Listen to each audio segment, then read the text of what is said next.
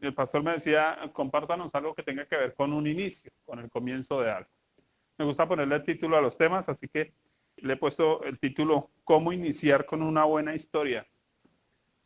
Soy escritor, he escrito 2 libros, publicado, y estoy escribiendo una novela, y uno no sabe a veces cómo comienzo. Tengo la idea en la cabeza, pero no sé cómo comienzo. No sé si algunos vieron una película que se llama Descubriendo a Forester, se la recomiendo a los muchachos, muy buena, interesante.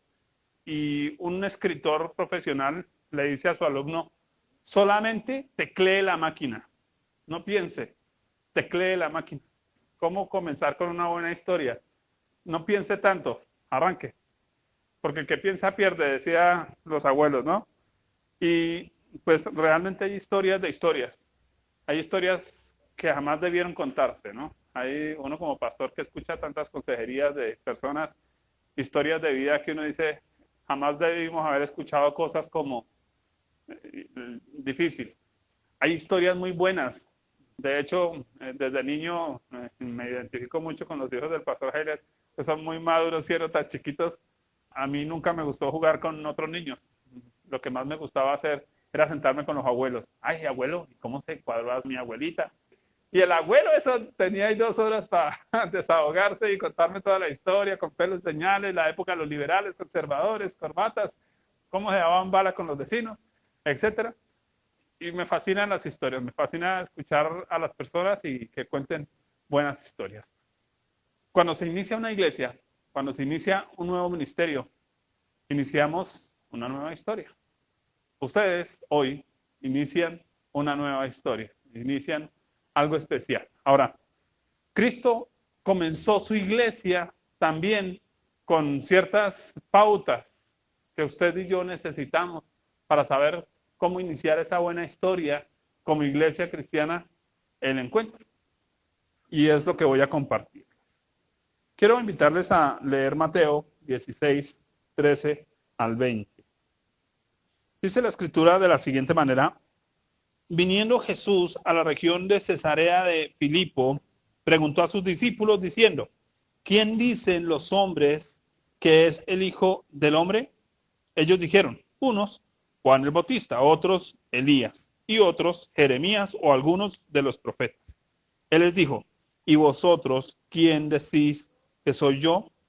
Respondiendo Simón Pedro dijo, tú eres el Cristo, el Hijo del Dios viviente. Entonces le respondió Jesús, bienaventurado eres, Simón, hijo de Jonás, porque no te lo reveló carne ni sangre, sino mi Padre que está en los cielos. Y yo también te digo que tú eres Pedro, y sobre esta roca edificaré mi iglesia, y las puertas del Hades no prevalecerán contra ella. Y a ti te daré las llaves del reino de los cielos, y todo lo que atares en la tierra será atado en los cielos, y todo lo que desatares en la tierra será desatado en los cielos. Entonces mandó a sus discípulos que a nadie dijesen que él era Jesús el Cristo. ¿Cómo iniciar con una buena historia? Bueno, voy al primer punto. La historia de una iglesia no se construye sobre ideas ajenas. ¿Y a qué me refiero? Quiero que leamos el versículo 13 y 14. Viniendo Jesús a la región de Cesarea de Filipo, preguntó a sus discípulos, observen la pregunta, ¿quién dicen los hombres que es el Hijo del Hombre? Ellos dijeron, unos Juan el Bautista, otros Elías y otros Jeremías o alguno de los profetas. No sé si usted ha escuchado el dicho que dice que no hay muerto malo ni novia fea. En los velorios, no, eso el muerto era la mejor persona del planeta. Y en los matrimonios, no, la novia está hermosa. Igual que cuando nace un bebé, ¿no? Todo el mundo dice, no, es que mi bebé es el más hermoso. Morado, arrugado, pero está hermoso el bebé. Jesús pregunta, ¿quién dice la gente que soy yo? Cuando una buena historia comienza, lo primero que tengo que saber es qué define lo que yo estoy haciendo. Jesús lleva varios años con sus discípulos y les va a hacer una pregunta. ¿Ustedes qué piensan de mí? Las respuestas antes de ustedes qué piensan de mí es qué piensan los demás o qué han escuchado ustedes acerca de mí. ¿Por dónde arranca la historia? Miren, Cuando se inicia una iglesia, hay mucha gente que opina, que piensa. Ustedes están iniciando acá. Y tengo aquí unas frases. ¿Qué van a decir los inconversos de una iglesia nueva? ¡Ay! Abrieron otro negocio más. Otro negocio más. Mire, el pastor Heiler armó su negocio. Los pastores vecinos, porque suele pasar también, ¿cierto? ¡Ay! Ya abrieron otra secta por allá, quién sabe de dónde sacarían al señor. A señora, quién sabe qué irán a enseñar allá. Nos pasó, tengo un pastor amigo muy conservador, es muy respetuoso. Abrieron una iglesia cerca a la de él. Y él decía, ay, abrieron una secta allá. Y yo le dije, pastor, ¿usted ya fue? Saludó al pastor, habló con él, lo escuchó, ya lo escuchó predicar. Dijo, no. Y le dije, pastor, me extraña. Es lo que piensan los demás. ¿Qué piensan los pastores o hermanos de iglesias anteriores? Porque muchas veces cuando iniciamos las congregaciones, mucha gente de otros lugares viene a acompañarnos. Ay, es que yo estaba en la iglesia allí, pero sucede algo, y yo lo digo de manera particular, yo trabajo con pintura, con contratos de pintura, y a veces voy a almorzar a algún sitio, y el almuerzo es malo. Pregunta, ¿usted iría de nuevo allá? No. ¿Usted qué dice? Me voy para otro lado. ¿Dónde qué? Donde haya buena comidita. La mayoría de los pastores dicen, no, las ovejas rebeldes, pero nadie le dice, usted ha sido un mal pastor, o usted ha hecho mal su trabajo. ¿Sí o no? Y entonces si yo estaba aguantando hambre en un lugar, pues perdónenme, me voy a ir a buscar donde me alimenten bien. Pero cuando iniciamos la historia, muchas veces van a decir, se fueron en rebeldía. Nos van a señalar, nos van a criticar, nos van a perseguir. ¿Y usted por qué se fue con ese rebelde? ¿Sí o no? Los participantes de la iglesia. Usted también tiene que definir por qué está aquí. ¿Por qué quiere estar acá? ¿En qué quiere apoyar a este ministerio? Porque uno no debe estar en un lugar porque sí. Yo no sé si se han visto, a mí me gusta ver series. Sacaron una que se llama Juegos Mentales y me llamó la atención en Estados Unidos. Pusieron un par de barras de esas que ponen en los bancos y pusieron un personaje ahí en un centro comercial así parado. La gente de Estados Unidos, que uno dice primermundista, la gente muy inteligente, empezaron a hacer fila detrás. Así que en cuestión de un par de horas había una fila. De un momento a otro a alguien se le ocurrió pregunta, ¿y para qué es la fila? Y nadie sabía para qué era la fila. Ay, a mí me parece que es para, pregunta usted, ¿por qué quiere hacer fila aquí? Porque una buena historia comienza con ¿qué quiero? ¿Por qué lo quiero? Listo. A nivel personal, usted debe preguntarse, Dios, ¿quién eres tú para mí? ¿Quién es Cristo para mí? ¿Qué es la iglesia para mí? Cuando usted tiene eso definido, usted sabe que va a tener lo siguiente, un sentido de pertenencia en el lugar donde está. Vamos a mirar, segundo punto. La historia de una iglesia se construye sobre una revelación firme. Así como la salvación es algo que Dios revela a mi alma, la iglesia es algo que Dios revela a mi corazón. No sé si les ha pasado que ustedes van a un lugar y se sienten incómodos. No sé si han hecho visitas a alguna casa y en una casa como que ustedes dicen, yo como que no encajo acá. ¿Les ha pasado? Bueno, hay cierta inquietud, un sexto sentido, algo que le dice a usted como que este no es mi lugar. Pero luego usted va a otro lugar y usted se siente cómodo. Nos pasó este fin de semana. Nos invitaron a una congregación, estuvimos, no nos sentimos parte de eso. Anoche la pasamos delicioso, casi hasta medianoche. Charlamos, comamos tinto, disfrutamos, reímos, compartimos un rato. Qué bueno, porque siente uno empatía, porque se siente parte de esto. Pero ¿por qué esa empatía? Porque hay algo de Dios que me atrae. Porque cuando dice, tenemos una persona en nuestra congregación que ella decía, Señor, ¿será que me voy con estos pastores? Porque ella estaba en un lugar donde la verdad no la estaban pastoreando. Y Señor, me voy para allá. Dame una respuesta. Ella abrió la Biblia y en la Biblia dice lo siguiente. Si la doctrina es de Dios, conoceréis que esa obra es de Dios. Y ella dijo, pues lo que me están enseñando es lo que necesito, me está edificando, pues para allá me voy. Mateo 16, 15 al 17. Y él les dijo, ¿vosotros quién decís que soy yo? Miren la pregunta de Jesús a los discípulos. Respondiendo Simón Pedro, que era el más precoz, dijo, tú eres el Cristo, el Hijo del Dios viviente. Entonces le respondió Jesús, bienaventurado eres Simón, hijo de Jonás, porque no te lo reveló carne ni sangre, sino mi Padre que está en los cielos. ¿Quién le reveló a Pedro quién era Jesús? Dios el Padre. Dios trabaja con nosotros para mostrarnos dónde debemos estar. ¿Qué es lo que Dios quiere que nosotros hagamos? Eso es importante. Así que usted debe decirle a Dios, Dios, mira, estoy aquí hoy, tal vez de visita, pero no estoy por coincidencia. Dios tiene un propósito, Dios tiene un plan. Dios siempre nos pone en el lugar preciso, a la hora precisa, y me gusta usar esta palabra, confluir. Las cosas confluyen, se unen en un punto, y hay un punto donde encontramos lo que llamamos esas citas divinas, donde uno dice, este ministerio va para algún lado, yo quiero ser parte de esto, y me uní a eso. Y vamos a ver cómo crecemos, porque no sé si han escuchado acerca de los vallenatos, no de los vallenatos, eche cuadro, de los vallenaticos. Resulta que la ballena pequeñita, si usted la mete en una piscina, el vallenato solo va a crecer a la cantidad de agua que la piscina le proporciona. Así que usted puede ver una ballena de 1 metro, 2 metros si quiere. Pero si usted saca ese vallenato a un lugar más amplio, el vallenato en pocos meses va a crecer. Pero si usted lo saca a su ámbito natural, que es el mar, ¿sabe qué va a pasar con el vallenato? Va a crecer lo que tiene que crecer. ¿Sabe que hay muchos creyentes que no hemos crecido porque estamos en el lugar equivocado? Pero cuando usted encuentra el lugar correcto, ¿sabe que usted va a crecer? Porque Dios nos hizo para crecer. Usted va a decir, Señor, sí siento que estoy creciendo, siento que aquí hay algo diferente. Eso es revelación, eso es lo que Dios está haciendo. Así que, ¿quién dicen ustedes que soy yo? Aquí ya hay un sentido de identifíquense con Jesús, porque cuando ellos ya saben quién es Jesús, también van a saber qué es lo que Él tiene para ellos. Saben que la parte de identificación, hablemoslo ya en un sentido espiritual, usted y yo, no venimos a la iglesia a aprender Biblia. ¿Cuántos vienen a aprender Biblia? Nosotros no venimos a aprender Biblia. Venimos a conocer a Dios a través de la Biblia.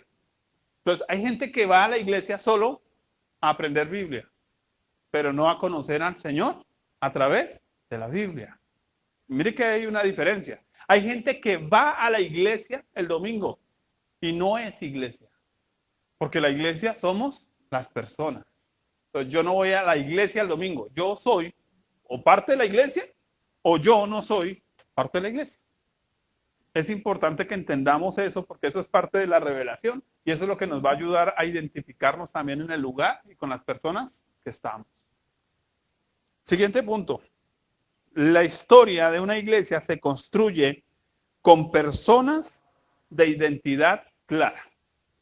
Porque si usted va a ir a su trabajo y a usted no le gusta su trabajo, ¿lo va a hacer bien?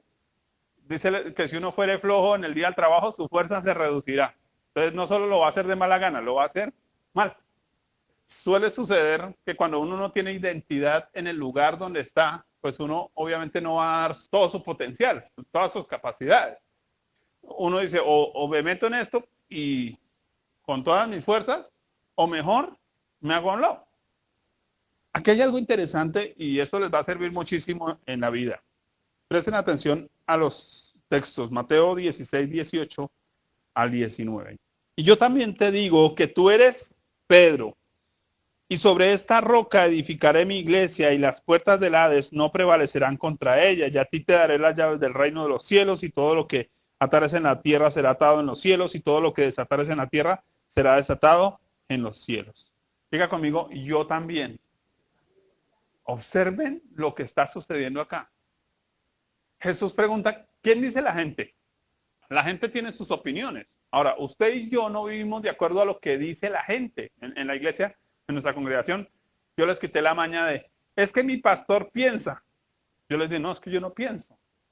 Yo le estoy diciendo lo que la Biblia dice, no lo que yo pienso. No digan, es que mi pastor dice, porque esa es la opinión. Y entonces a veces mucha gente tiene un Cristo prestado. Es que yo nací en un hogar cristiano y por eso soy cristiano. Eso es carreta. Venga, dígame usted sus propias convicciones, sus propias razones. ¿Qué sucedió aquí? Jesús dice, ¿cuál es la opinión de los demás? Pensemos lo siguiente, la opinión de los demás sobra. ¿Qué opinión es importante? La de Dios. No te la reveló sangre ni carne. ¿Qué tiene ahora Pedro? ¿La opinión de quién? De Dios. Entonces, ¿cuál es la opinión de Dios acerca de que usted esté aquí? Eso sí es importante. ¿Por qué estoy aquí? ¿Por qué Dios me quiere aquí? Listo. Ahora que usted sabe por qué Dios lo tiene aquí, lo siguiente es lo que acabamos de leer. Y yo también te digo, Pedro, como tú ya sabes quién soy yo, ahora yo te voy a decir quién eres tú en este lugar. Cuando usted sabe quién es el Señor, qué es lo que el Señor está haciendo, qué es una congregación, una iglesia, entonces Dios le va a decir, ahora le voy a decir lo que tengo preparado para usted aquí, en este lugar. Vamos a estar pidiéndole al Señor, Dios, muéstrame lo que quieres conmigo. Ahora yo te digo que tú eres. Mire que la mayoría de gente anda buscando el sentido de la vida, ¿o no? Ay, ¿cuál será el sentido de la vida? El sentido de la vida es lo que yo soy. Y aquí, ¿cómo encontramos el sentido de la vida? Sabiendo quién es Jesús. Cuando yo sé quién es Jesús, también sé quién soy yo. Tremendo. Necesitamos que el Señor nos muestre lo que Él quiere hacer a través de nosotros. Y lo que quiere hacer a través de nosotros aquí. Yo tenía una maña cuando joven, como me gustó mucho predicar. Yo llegaba a una iglesia y yo decía, Señor, antes de un mes estoy subido en el púlpito. Y me le metía al pastor por las narices. Pastor, hay que barrer, pastor, hay que trapear, pastor, hay que limpiar las sillas, pastor, ¿qué hay que hacer? Y entonces, este chino tiene ganas. Y entonces, cuando menos, ya estaba ya trepado predicando. Eso sí no sabía ni qué predicar, pero predicaba. Sí, yo decía, chévere, chévere.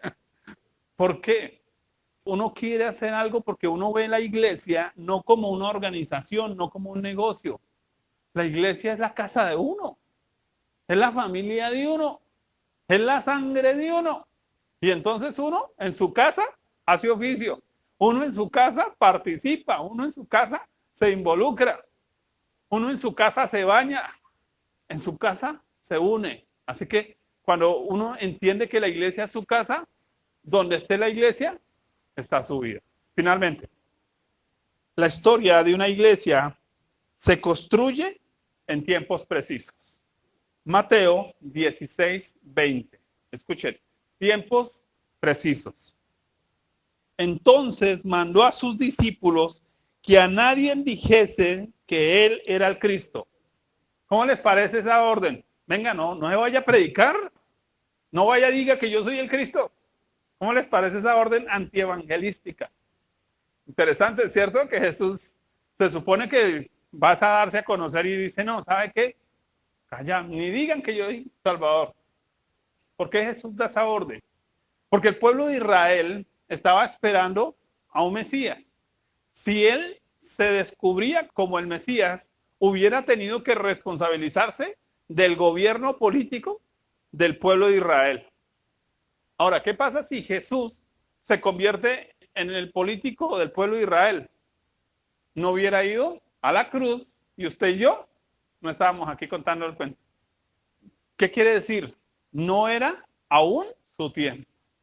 Quiere decir que todo en una historia tiene un tiempo preciso. Uno a veces tiene ganas de contar una historia. Yo creo que Dios cuenta las historias igual que las señoras cuentan las novelas. Ay, mi hermanita. Yo le decía, bueno, ¿y cómo va la novela? Cuando chiquito, ¿no? Que veía novelas. Ahorita ya no noveleo. Pero, ¿y cómo va la novela? Topacio. ¿Qué pasó con Topacio? Y entonces ella empezaba a contarme. Ay, no, es que fulano, y mire, y sutano. Y en las propagandas hablaron del jabón rey. Y en las propagandas hablaron de... Me contabas a las propagandas. Se tomaba su tiempo para contar la historia. ¿Saben?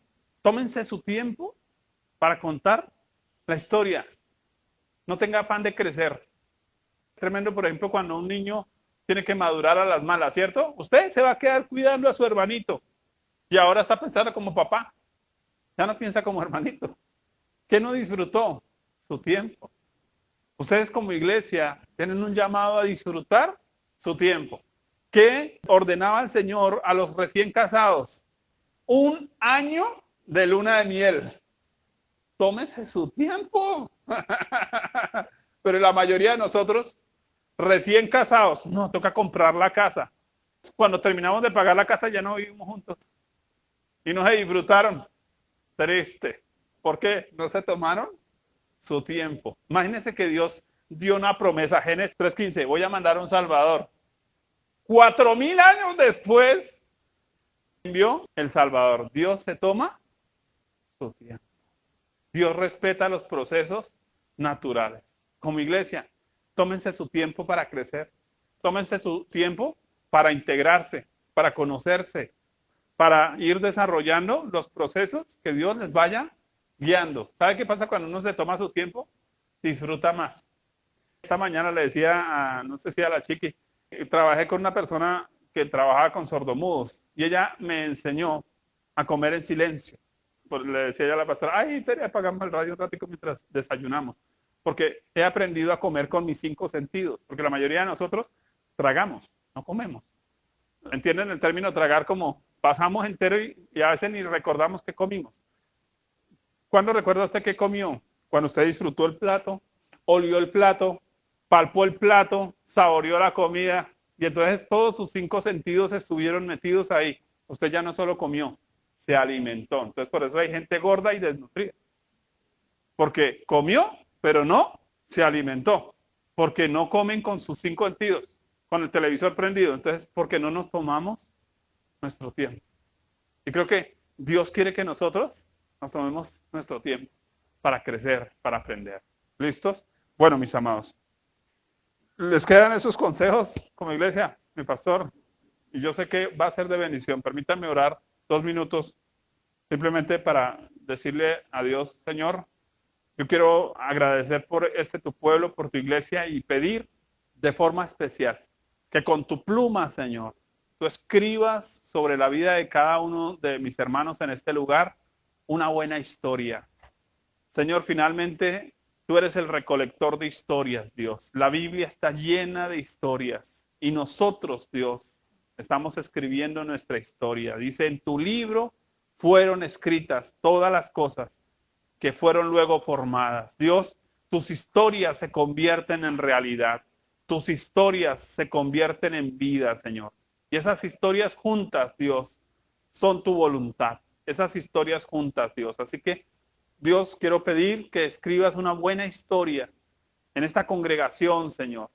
En este rebaño, Señor, de personitas que nos hemos reunido alrededor de ti, creyendo que tú tienes un plan para conquistar una nación, Señor, para conquistar a otros para el reino de los cielos, Señor. Así que permite que como hermanos, que como familia podamos construir una historia que te haga sonreír, una historia que te haga llorar, una historia que de pronto te saque la piedra, Dios, pero una buena historia, una historia que sea digna de contarse. Es lo que te pido en el nombre de Jesús.